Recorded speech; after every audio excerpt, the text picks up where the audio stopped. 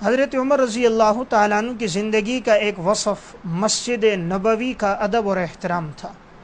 آپ جب بھی مسجد نبوی میں تشریف لاتے نہایت ادب اور احترام کے ساتھ آتے، آپ امامت کرواتے، روضہ اقدس پہ حاضری دیتے، رسول اللہ صلی اللہ علیہ وسلم پر درود و سلام پڑھتے۔ آپ نے اپنی زندگی جو گزاری وہ نہایت تقوی اور احتیاط میں، اور آپ نے زندگی ادب اور احترام میں گزاری۔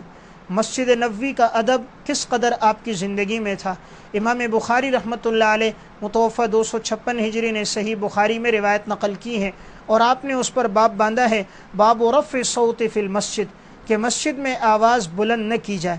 اس کے تحت واقعہ نقل کیا کہ حضرت صائب بن یزید فرماتے ہیں کہ میں سویا ہوا تھا، اچانک کسی نے میری طرف کنکری پھینکی تو میں ایک دم اٹھ کر دیکھا تو حضرت عمر رضی اللہ تعالیٰ عنہ تھے، تو میں ان کی طرف گیا۔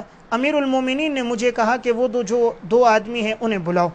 وہ دو آدمی مسجد نبوی میں گفتگو کر رہے تھے، ان کی آوازیں بلند ہو رہی تھیں اور ذرا شور شرابے کی کیفیت بن چکی تھیں۔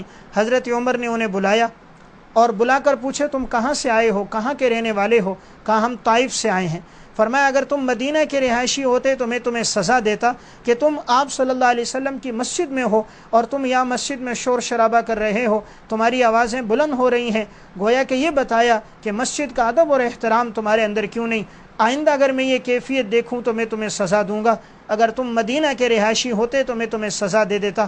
تو اس واقعے سے اندازہ لگائیے حضرت عمر رضی اللہ تعالیٰ عنہ کی نگاہ میں مسجد نبوی کا ادب اور احترام اور مساجد کا تقدس کتنا تھا کہ آپ نے اتنے سخت الفاظ میں انہیں تنبیہ کر دی۔